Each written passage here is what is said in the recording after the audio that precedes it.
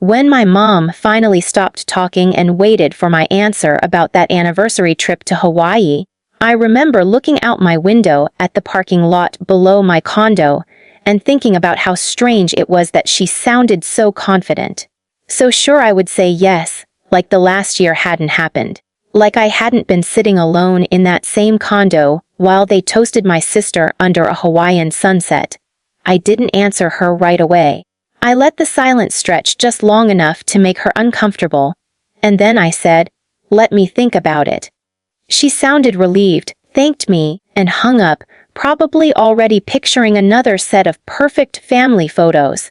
What she didn't know was that the moment I ended that call, something inside me clicked into place. For the first time in my life, I wasn't going to just go along with whatever they decided for me. Over the next few days, my phone buzzed constantly. Messages from my dad reminding me how important the trip was. Lily sending a short, casual text saying, "It would be nice if you came this time." That phrase stuck with me. This time. As if the first time had been some kind of fluke, as if I'd chosen not to be there. No apology, no acknowledgement, just an expectation. Mark sent me memes about beaches and cocktails. Completely oblivious, or maybe just unwilling to acknowledge the elephant in the room. I didn't respond to any of them right away. Instead, I sat with my feelings, something I'd never really allowed myself to do before. I replayed the wedding day in my mind, the group chat photos, my mom's voice telling me not to make it about me. And I realized that my hurt wasn't just about the plane ticket. It was about a lifetime of being treated as optional. That's when an idea formed. It wasn't impulsive or fueled by rage. It was calm, deliberate, and honestly a little terrifying. If they wanted to pretend everything was fine, I would let them. If they wanted to assume I'd just show up when they snapped their fingers, I wouldn't correct them. I decided I was going to say yes to the trip, but I was going to do it on my terms. I called my mom back and told her I'd love to come. She sounded genuinely happy, like she just checked a box on her to-do list. She immediately launched into logistics, saying they'd handle the flights again to make it easier. I stopped her right there and said, very calmly, "Actually, I'll book my own flight this time." There was a pause, similar to the one from a year earlier, but shorter. She laughed nervously and said, "Oh, you don't have to do that."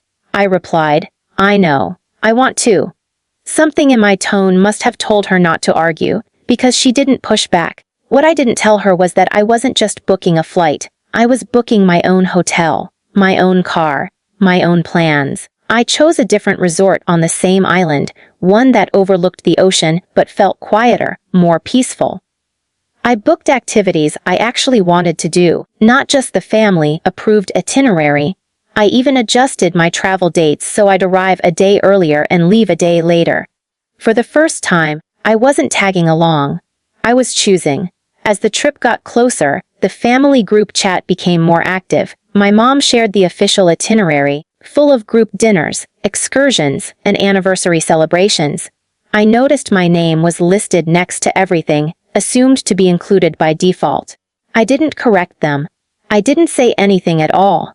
I just let them believe I'd be there, smiling, fitting myself into whatever space they made for me. When the day came to fly out, I felt a strange mix of anxiety and excitement. At the airport, I checked in, got my boarding pass, and sat at the gate alone, watching families cluster together, dragging matching suitcases, laughing. For a brief moment, that old ache surfaced. But then I reminded myself this time, I chose this. When my plane took off, I didn't text the family chat. I didn't send photos. I just watched the clouds pass beneath me and felt lighter than I had in years. I landed before them, just as planned. The island greeted me with warm air and the smell of salt and flowers. I picked up my rental car and drove to my hotel, windows down, music playing, feeling like I was reclaiming something that had been taken from me. That first evening, while my family was still in the air, I walked along the beach alone, letting the waves wash over my feet. I thought about how different this felt from the version of Hawaii I'd imagined a year ago. Back then, it had been a symbol of exclusion. Now, it felt like freedom. The next day, My phone started blowing up, messages in the group chat. "We've landed. This place is beautiful. Where are you?" I responded casually, "Already here?" Almost immediately my mom called me. She sounded confused, then irritated, asking why I wasn't at the resort lobby with them. I told her I was staying nearby and would see everyone later. She asked what that meant, and I said, "It means I'll join when I can." The tone of the conversation shifted. For the first time, she didn't sound in control. When we finally met up that evening for dinner, the tension was palpable. Everyone hugged me, a little too tightly, like they were trying to prove something. Lily looked me up and down and joked, "Wow, you really went all out." I smiled and said, "I figured I'd make a vacation out of it." My dad frowned slightly, like he was trying to understand why this felt different. We sat down, ordered drinks, and made small talk, but there was an undercurrent of something unsaid humming beneath the surface. Over the next couple of days, the cracks started to show. I didn't show up to every planned activity. When they went on a group snorkeling trip, I went hiking instead. When they had a scheduled brunch, I slept in and sent a polite message saying I'd catch them later. Each time, my mom would text me, asking where I was, reminding me of the plan, and each time I'd respond calmly, "I'm doing my own thing today." It wasn't rude, it wasn't dramatic, it was just different. By the third day, Lily confronted me by the pool. She asked why I was being so distant, and whether I was still mad about the wedding. That word, mad, felt like such an oversimplification that I almost laughed. I told her I wasn't mad. I was done pretending. She rolled her eyes and said, "It was a year ago. You really need to let that go." That's when something inside me finally snapped, not violently, but cleanly, like a thread being cut. I told her, quietly but firmly, that I hadn't been forgotten. I'd been excluded. That there was a difference. I told her how it felt to see those photos, to hear that FaceTime was enough, to be treated like my presence didn't matter. She crossed her arms and said, "You're being dramatic. It wasn't intentional." And for the first time, I said the thing I'd been holding back for years. I said, "Intent doesn't erase impact." She didn't have a response to that. She just stared at me, uncomfortable, then walked away. That night, my parents asked me to join them on the balcony of their suite. The ocean stretched out in front of us, dark and endless. My mom started crying almost immediately, saying she felt like she was losing me. My dad said he didn't understand why I was pulling away, and that's when I finally told them everything. Not just about the ticket, but about being overlooked, minimized, expected to accommodate everyone else's needs at my own expense. I told them how much it hurt that no one had fought for me to be at that wedding, how no one had said, "We can't do this without her." There was a long silence after I finished. My mom tried to interrupt a few times, to explain, to justify, but I asked her to let me finish. When I did, my dad looked older somehow. He admitted that they'd assumed I'd be understanding, that I'd adapt like I always had. Hearing that hurt more than anything else, because it confirmed what I'd always suspected. My flexibility had been taken for granted. They apologized. Not perfectly, not without defensiveness, but genuinely enough that I could tell they were finally hearing me. Lily never apologized directly, but she avoided me for the rest of the trip, which honestly felt like its own kind of peace. The anniversary celebration happened as planned, and I attended part of it, smiling for photos, toasting my parents. But I left early, went back to my hotel, and watched the sunset alone from my balcony, feeling a complicated mix of sadness and relief. When the trip ended, we flew home separately. At the airport, my mom hugged me and said, "We'll do better." I told her I hoped so. I didn't promise forgiveness. I didn't promise anything. Because I'd learned something important over that year, and especially over that week in Hawaii. Forgiveness isn't pretending something didn't hurt. It's deciding what access someone gets to you after they hurt you. It's been months since then. Our relationship is different now. I don't show up to everything. I don't overextend myself. When I'm included, it's because I choose to be, not because I'm expected to fill a gap, and strangely, they seem to respect me more for it. Or maybe I just respect myself more, and that changes everything. So that's my story. I wasn't forgotten. I was overlooked. And instead of begging to be seen, I finally stepped into my own life and let them catch up if they wanted to. If you were on my side in this, if you think I did the right thing by choosing myself, like this video, subscribe for more stories like this, because trust me, life has a way of handing you lessons when you least expect them. And share your final thoughts on this whole mess in the comments section. I read them all. I'll see you in the next story. I still remember the exact moment I found out my entire family was flying to Hawaii for my sister's wedding, without me. I was standing in my kitchen, phone in my hand, rereading the message for the 5th time because my brain refused to accept what my eyes were seeing. "We're boarding soon! Can't wait for you to see the pictures." That's what my mom texted. Pictures. Not, "Can't wait to see you." Not, "Where are you?" Just pictures. My stomach dropped so hard it felt like the floor vanished under me.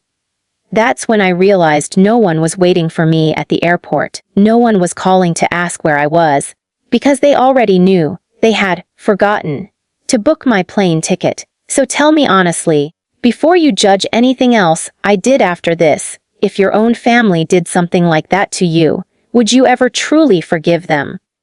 Let me back up, because this didn't come out of nowhere, even though it felt like a knife to the chest when it happened. Growing up, I was the middle child, the invisible one sandwiched between my older sister, Lily, and my younger brother, Mark. Lily was the golden child. Straight A's, cheer captain, engaged to her college sweetheart, the kind of daughter my parents bragged about to strangers in grocery store lines. Mark was the baby, the miracle, born after my mom had complications, so he was protected like fine china. And then there was me, not a problem child, not a star either, just there. I learned early that if I wanted attention, I had to earn it, and even then it was usually temporary. By the time we were adults, the pattern hadn't changed much. Lily announced she was getting married and my parents practically exploded with excitement. Group chats were created, Pinterest boards were shared, family dinners turned into wedding planning meetings I wasn't really invited into, even when I was sitting at the same table. The wedding was going to be in Hawaii because Lily said she wanted something intimate but magical. Translation expensive, exclusive, and perfect for Instagram. My parents agreed instantly and even offered to help pay for family travel so everyone could be there. I remember my mom saying, "Don't worry about the cost, honey. We'll handle the flights together. It'll be easier that way." That sentence would come back to haunt me. At the time, I was working full-time but not rolling in money. I was saving for a down payment on a small condo, skipping vacations, saying no to things. So when my parents offered to book the flights together, I felt relieved, grateful even. I asked multiple times if they needed my passport details, my preferred dates, anything. Every time, my mom brushed it off. She'd say, "You worry too much." Weeks passed. Then months. Every time I asked about details, I was told, "We'll send the itinerary soon," or "Your dad is handling it," or "We're still coordinating dates." Meanwhile, Lily would casually mention wedding tastings, beach venues, sunset ceremonies. I kept assuming my flight was part of that plan, because why wouldn't it be? Who forgets their own daughter? The first red flag should have been when my brother texted me a screenshot of his boarding pass by accident, meant for the family group chat. I noticed immediately that it had everyone's name on it, except mine. I stared at it, heart pounding, and texted him privately, "Hey, where's mine?" He responded with a laughing emoji and said, "Oh lol, I guess mom's still booking yours." That should have set off alarm bells, but I ignored my gut. I wanted to believe this was just a delay, a minor oversight. 2 days before the wedding, I finally pressed harder. I called my mom directly and asked for my flight information. There was a pause on the line. Just a little too long. Then she said, about that." Those 3 words made my chest tighten. She explained, in this overly casual tone, that there had been some confusion with booking. Prices had gone up, seats were limited, and somehow, some way, my ticket just hadn't been booked yet. She said it like she was talking about forgetting to grab milk at the store. I asked her what she meant by yet. She sighed and said, "Honey, at this point it's really expensive, and everything is already so stressful with the wedding. Maybe it's better if you sit this one out. We'll FaceTime you during the ceremony." Sit this one out. My sister's wedding, in Hawaii, that the rest of my family was attending. I didn't scream. I didn't cry on the phone. I went completely numb. I asked her if she was serious, and she said, "Don't make this about you. Lily's big day is already complicated enough." That's when it hit me. This wasn't an accident. This was a choice. Somewhere along the line, they decided that if someone had to be left out, it would be me. I hung up and sat on my couch in silence for a long time. I didn't even know what to feel first. Anger, hurt, embarrassment, shame. I kept replaying every conversation, every time I'd asked about the tickets, every reassurance I'd been given. I thought about Lily, who hadn't texted me once to ask where I was or if I was excited.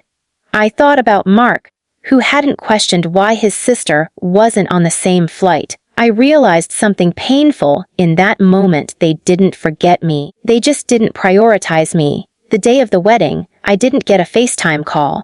I got photos in the group chat, smiling faces, ocean backdrop, my parents in matching outfits, Lily glowing in her dress, everyone captioning things like, "Best day ever," and, "So grateful our whole family could be here."